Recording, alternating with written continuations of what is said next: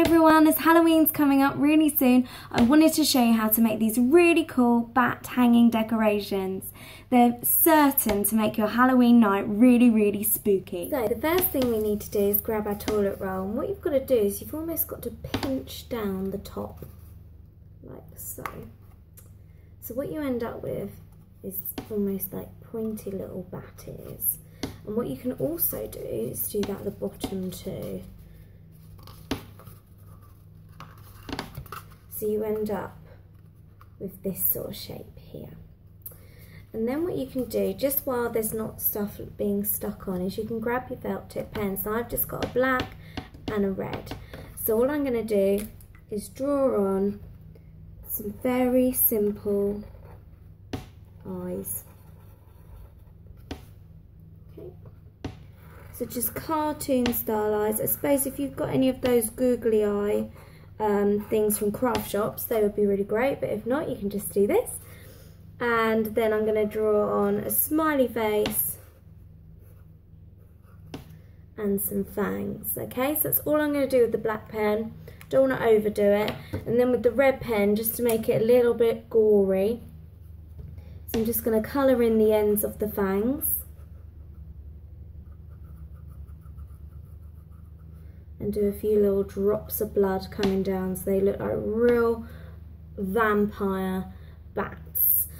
Okay, so then the final step, or the final few steps might I add, is using our scrap paper. Now I've just got this from the bottom of an envelope, some promotional stuff that I got through the post. So all I'm going to do is I'm going to fold that in half and then take my scissors, and almost as if you're cutting out the paper chain people, I'm just going to do something very similar. So I'm just going to cut a curve, and that's going to be the top of my bat wing, and then across the bottom I'm going to do these sort of curved cuts to create that there. Then what I will have, I've in fact got two because I folded it over, is a pair of bat wings. So you can see if I was to place those behind my toilet roll tube, you'd see that it does look quite bat-like. Now what I think adds to this before we start gluing anything is if we make these so they're hanging decorations. So I've just got a little bit of garden twine, and what I'm going to do is I'm going to sort of tie a little hanging loop on the end.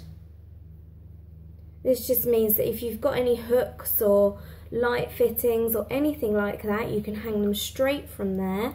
Okay, so I've got a little loop, and then that's leaving quite a lot left over. So what I'm then going to do is I'm going to lay my bat facing down, put the twine down first, and then the wings down over the top. And this is where it might be handy to have two pairs of hands, because I'm then going to cut myself a small piece of tape.